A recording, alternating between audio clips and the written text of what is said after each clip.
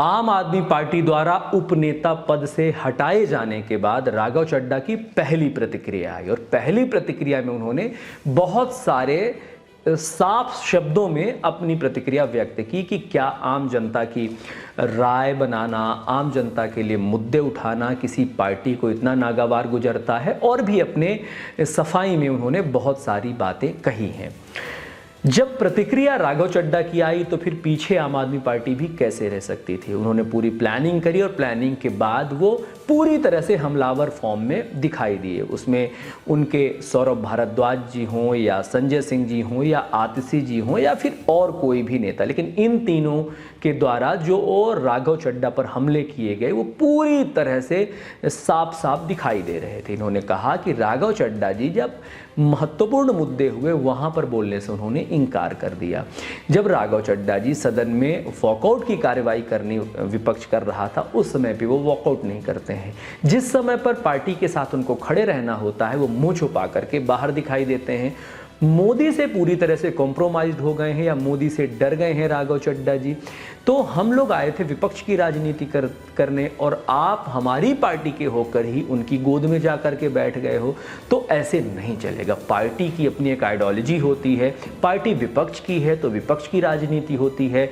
Party बहुत सारे मुद्दों को लेकर के हमला करती है तो उस पर आपका साथ चाहिए होता है। लेकिन बीते कुछ समय से राघव चड्ढा, और ये बात सही भी है, आप अच्छे मुद्दे उठा रहे हैं, बहुत अच्छी बात है, लेकिन समोसों से ज़्यादा महत्वपूर्ण है पार्टी का हित।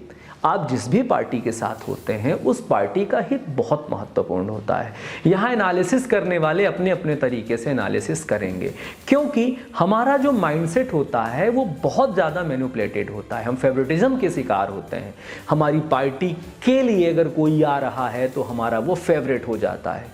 लेकिन यहाँ पर सोचने और समझने की बात ये होती है, आम आदमी पार्टी का जो नैरेटिव है वो मुझे नहीं पसंद है, निजी तौर पर नहीं पसंद है।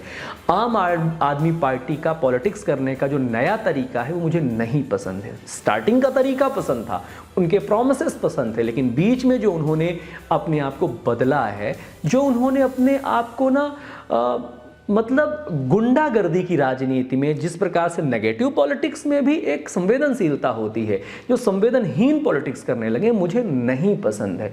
लेकिन फिर भी एज अ स्ट्रेटेजिस्ट मैं ये बात जानता हूँ, समझता हूँ और ये बात कर सकता हूँ। किसी भी पार्टी का अपना एक मैनिफेस्टो होता है, किसी भी पार्टी का अपना एक संविधान और डिसिप्लिन होता है।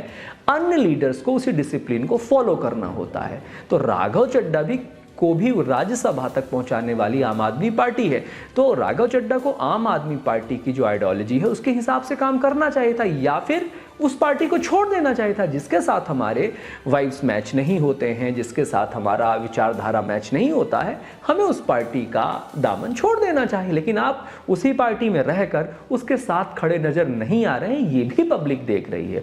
आप यूथ हैं, आप पढ़े लिखे हैं, निश्चित तौर पर आप युवाओं की और आम जनता की समस्या उठा रहे हैं, इसमें कोई दो राय की बात नहीं। लेकिन यहाँ पर जिसको राजनीति की समझ है वो ये भी देख रहा है कि आपको किसी एक पार्टी ने यहाँ तक पहुँचाया है, तो वो पार्टी आपसे अपेक्षा करती है कि जब कभी भी संकट की घड़ी में हो तो आप उसके साथ खड़े रहें। लेकिन आप वहाँ संकट की घड़ी में दिखाई नहीं दे रहे। आप कितनी भी सफाई दे लें, लेकिन आप उसके विलन कहे जाओगे।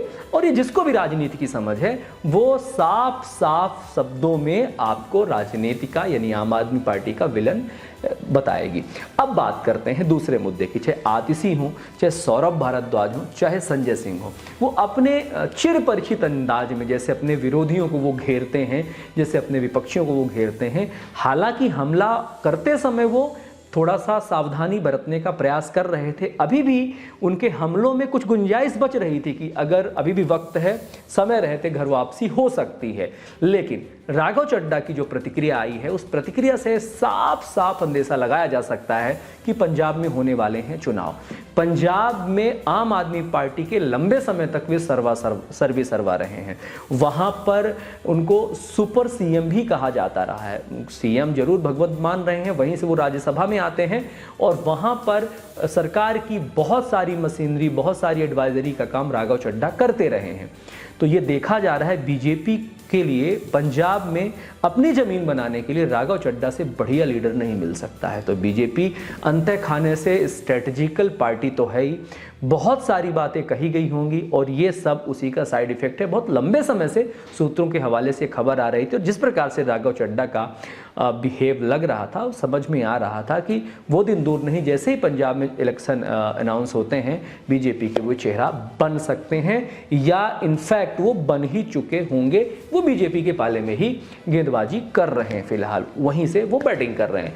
तो आम आदमी पार्टी छोड़ने वाली पार्टियों में से है नहीं, लेकिन अभी इनका पॉलिटिकल कैरियर उस प्रकार से जिम्मेदारियों भरा नहीं रहा है जिस पर ये लोग लगातार सवालिया निशान उठा पाएं। लेकिन प्रतिक्रियाओं का दौर जारी है, हमले दर हमले जारी रहेंगे और आम आदमी पार्टी ऐसे हाली हर्जा किसी को छोड़ने वाली पार्टी नहीं है। तो राघव चड्ढा जी के लिए मुसीबतें घटेंगी तो नहीं, लेकिन करियर बनाना है तो रिस्क तो लेना पड़ेगा और हाई रिस्क हाई प्रॉफिट का ये गेम है। राघव चड्ढा इस गेम को अच्छी तरह से समझ चुके हैं और उसी में वो आगे बढ़ चुके हैं। अपना ध्यान रखिए। जय हिंद, जय भारत, वंदे मातरम। ख्याल रखिए अपना।